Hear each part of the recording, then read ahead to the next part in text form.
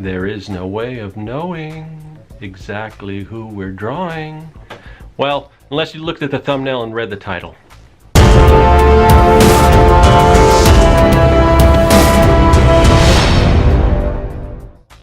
Greetings, people of the internet. I'm Scott with Serkworks Art Labs. Welcome to the underground laboratory, where from time to time we pay homage to the evil geniuses, supervillains, and mad scientists that help us, inspire us to achieve greatness. And today is somebody I've been wanting to get around to for a while. One of my favorites. You can see how he inspired me. I mean, Willy Wonka, the confectionist, the chocolatier, extraordinaire. Let's get to it. Let's commission a drawing of one of my favorite all-time characters and a big inspiration for us here in the art lab, Willy Wonka.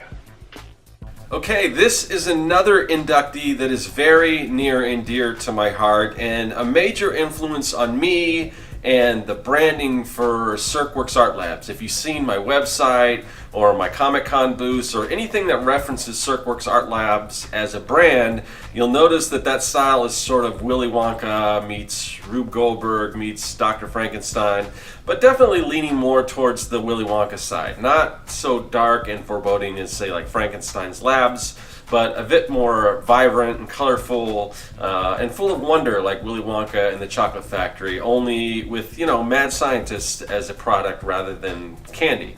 Now, that isn't to say that Willy Wonka didn't have its dark side as represented in the movies, but we'll get to that soon enough. But for now, let's talk about the drawing. So I want to explain a little bit, like I do in every video, kind of what I'm doing here as far as the drawing. I'm using a Kona Classic mid-tone paper. I like this kind of tan look, so I'm kind of keeping this throughout the series. And yeah, it's a really cool paper. It's kind of, I think it's made with recycled coffee bean bags.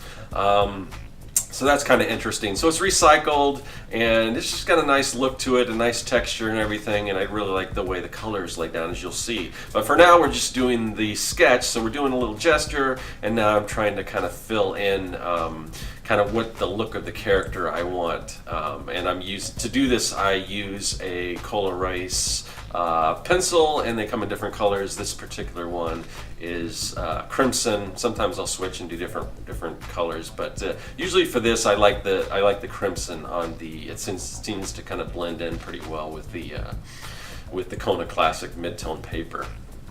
And we'll talk a little more about the drawing as we move on to different stages of the artwork.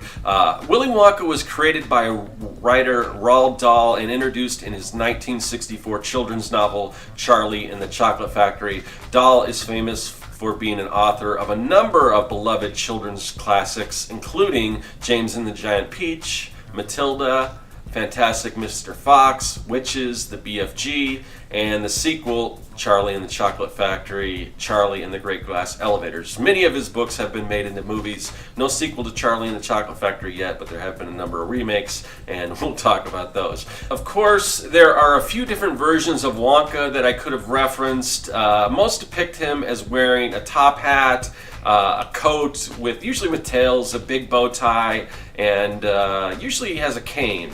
And I decided more or less to go with the look of the 1971 film, just a bit more cartoony, kind of how he's depicted in some of the advertising for the Willy Wonka brand candy company, if you've seen any of those advertisements. I also really like the current version that you see in the most recent Dahl books. Pretty much all of them are illustrated by Quentin Blake, and if you've never seen his stuff, I really dig it. It's very loose, and it's just full of emotion, and I really like his stuff. So anyway, Willy Wonka is a reclusive, eccentric, creative genius inventor and mastermind behind the Willy Wonka Chocolate Factory. Little is known about him or his operation until the day that he opens up his factory to 5 lucky winners who each discover a golden ticket inside a Wonka chocolate bar.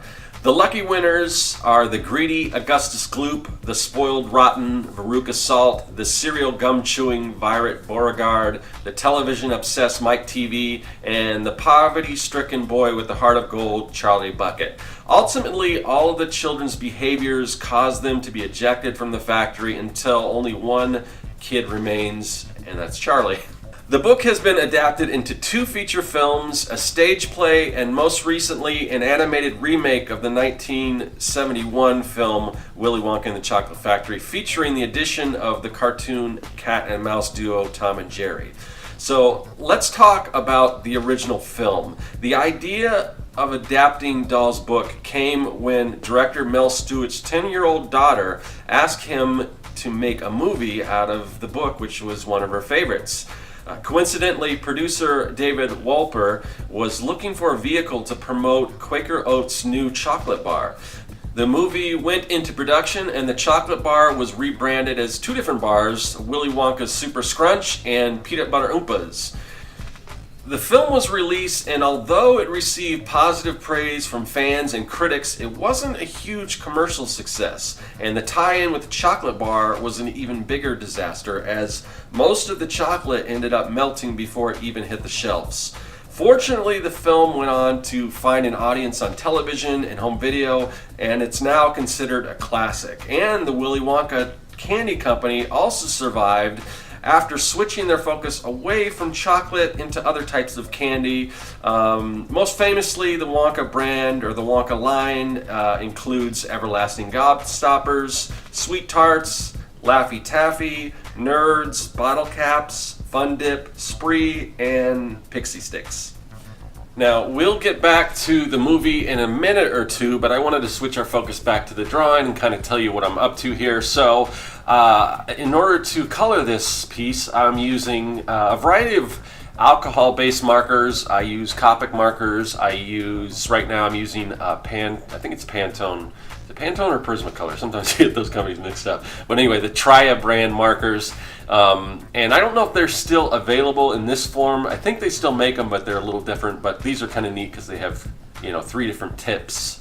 And here you see the Copic markers. I also use Spectrum Noir, and recently I bought a set of Hoo markers, which I did a video on. You can watch that. I'll probably leave a link for that.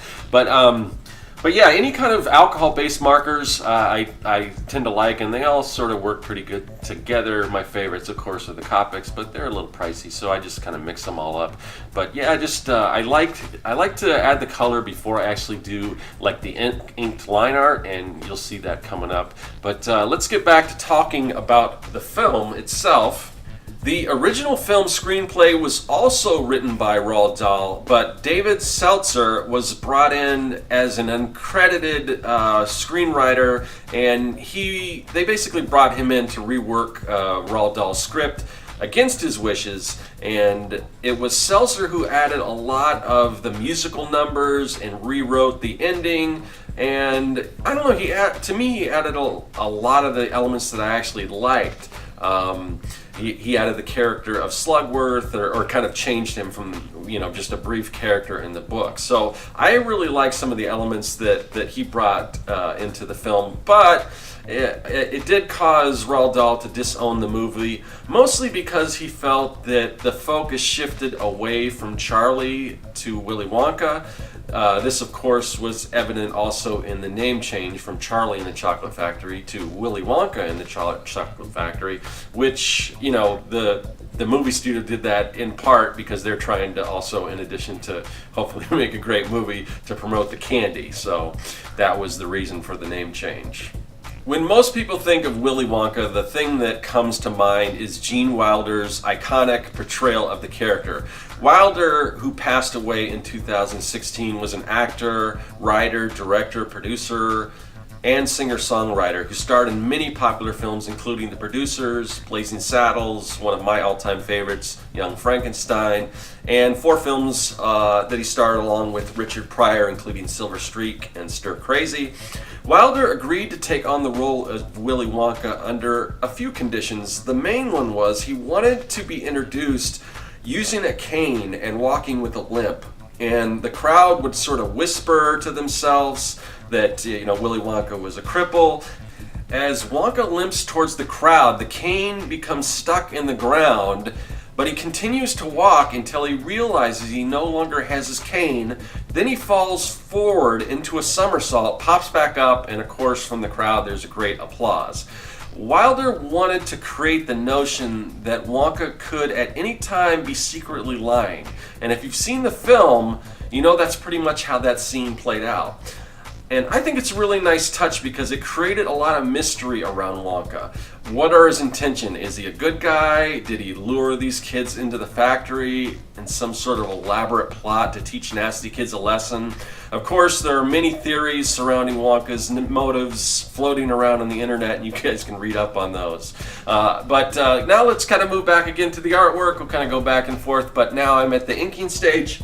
And like I said, I kind of do this a little backwards. I do my coloring first, and then I go in with an ink. And what I'm using here is Deleter Black number 5 ink. And I'm using a Cotman watercolor brush size 0 or aught. And yeah, so I, just do it a little backwards here. We're just going to go ahead. I like the way it kind of comes together this way because you don't really see the line art until. And plus, I don't have, usually this ink will not smudge, but sometimes ink does smudge with the markers, so it doesn't do that with any kind of ink when you go over it. So now, Gene Wilder wasn't the only one to portray Wonka. In 2005, we got another depiction of Willy Wonka with the Tim Burton remake. The movie starred Johnny Depp as Wonka, but a lot of other actors were considered for the role, including Nicolas Cage, Bill Murray, Jim Carrey, Michael Keaton, Brad Pitt, Will Smith, and Adam Sandler. Burton's Charlie and the Chocolate Factory, as the title suggests, was a bit more faithful to the source material of the Dahl books, and the Dahl estate had complete creative control over the project, which is a little surprising because this version, I think even more than the original, focused more on Wonka, and that was one of Roald Dahl's major concern with the original film. So the movie added quite a bit to Wonka's backstory. It also fleshed out some of the kids a little more who were a little bit one-dimensional in their original incarnation.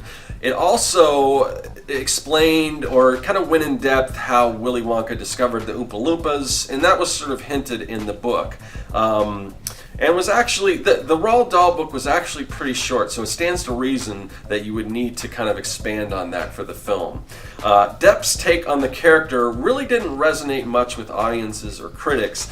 Many people believe that Depp based his version of Willy Wonka on Michael Jackson, and even though after the fact Depp admitted that he does see some similarities, he states that he points to children, his inspirations were children television hosts like Bob Keeshan, who played Captain Kangaroo, and Fred Rogers, sort of crossed with the Howard Hughes type.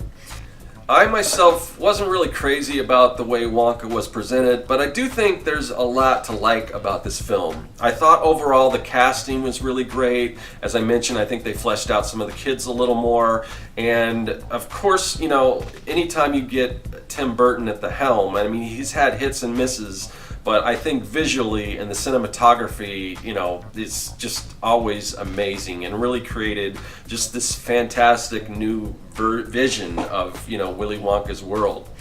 So as you can see, we're getting close to wrapping up this illustration. Now I'm kind of going in with some Prismacolor pencils, just adding a few different highlights, just to help pop things out a little bit. That's the only way really to get white is to use like a white colored pencil. And then of course some real bright white, I'm going to go ahead and outline or trace around the whole image with my Sino gel pen. And that really helps pop up that whole illustration. It helps everything, it gives it a really cool effect. So anyway, even though Willy Wonka isn't a supervillain or an evil genius, well, unless you believe some of the conspiracy theories floating around online, in my opinion, he is a mad scientist. He doesn't, create chemical concoctions. Well, sort of he does. I mean, his creations are candy, but I believe he's a mad scientist, and I think he deserves to be inducted into the Mad Genius Hall of Fame. So anyway, like I said, we're wrapping everything up, but I wanted to know, what's your guys' favorite version of Willy Wonka? Do you like the way he's portrayed in the book? Do you prefer Gene Wilder's interpretation, or maybe you're a Johnny Depp fan? I'm a Johnny Depp fan, just not of this particular version of Willy Wonka, but I want to know what you guys have to think. So let me know, and looking forward to the next time we do one of these Mad Genius Hall of Fames. It's that time again where we publicly unveil our portrait for this week's inductee to the Mad Genius Hall of Fame, Willy Wonka. He truly deserves to be among the wall. One of my all-time favorites, and I'm so glad that he's up here. If you have an all-time favorite, somebody that you think deserves to be in the company of Willy Wonka here, then let us know in the comment sections. Tell us who this person is and why you think they deserve to be in the Wall of Fame, and who knows? Maybe they'll be the next person that we commission and place on the wall. And with that, yeah, that's about it. I'll see you guys later. That is all. Hey everyone, thanks for joining me here in the Art Lab. There's a lot of other great content on the channel, so click that subscribe button and you won't miss a thing. If you're an aspiring evil genius, visit Serkworks.com for all your mad science supply needs. And if you want to contact me, hit me up in the comments section or follow me on social media. I'm looking forward to it. I'll see you then.